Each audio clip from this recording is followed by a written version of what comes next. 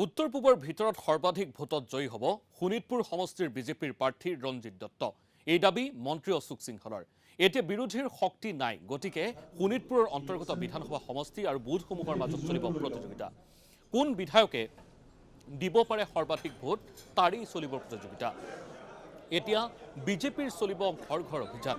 প্ৰতিখন ঘৰতেই উত্তোলিত হ'ব বিজেপিৰ পতাকা। তাৰ বাবে বিজেপিৰ কৰ্মকৰ্তাসকলক আজি নিৰ্দেশ দিলে মন্ত্ৰী অশোক সিংহলে। আজি তেজপুৰত শোণিতপুৰ লোকসভা সমষ্টিৰ আটাইকেইজন বিধায়ক আৰু লোকসভাৰ প্ৰাৰ্থী ৰঞ্জিত দত্তক লৈ এক দলীয় সভাত মিলিত হৈ মন্ত্ৰীজনে এই মন্তব্য কৰে। শোণিতপুৰৰ প্ৰাৰ্থীগৰাকী 4 লাখ ভোটৰ ব্যৱধানত জয়ী হ'ব বুলিও দাবী কৰে। অসমত আমি 12খন আসন জয় লাভ কৰিম। উত্তৰ পূৰ্বাঞ্চলৰ ভিতৰত আটাইতকৈ বেছি ব্যৱধানত জিকা চিট শোণিতপুৰ লোকসভা হ'ব। 4 লাখৰ ওচৰা ওচৰি ধৰক। বিৰোধী আছে, বিৰোধী নহয়, কম্পিটিশ্যন আছে। এটা বুথৰ আন এটা বুথৰ লগত কম্পিটিশ্যন আছে যে কোনে কিমান শতাংশ ভোট বেছি দিব পাৰে। আমি নিৰ্বাচন খেলিব খুজিছোঁ, আমি কৰা ভাল কামৰ খতিয়ান ৰাইজক দিব খুজিছোঁ, ৰাইজৰ আশীৰ্বাদ ল'ব খুজিছোঁ, ৰাইজক ভোটদানৰ কাৰণে আগ্ৰহ কৰিব খুজিছোঁ।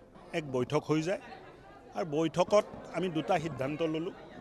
প্ৰথম সিদ্ধান্ত হ'ল ঘৰে ঘৰে বিজেপি, প্ৰত্যেকটো ঘৰত বিজেপি। আৰু দ্বিতীয় সিদ্ধান্ত হ'ল প্ৰণাম আৰু আশীৰ্বাদ লোৱা, প্ৰত্যেক ঘৰত যোৱা। এই 2টা সংকল্প আমি লৈছোঁ।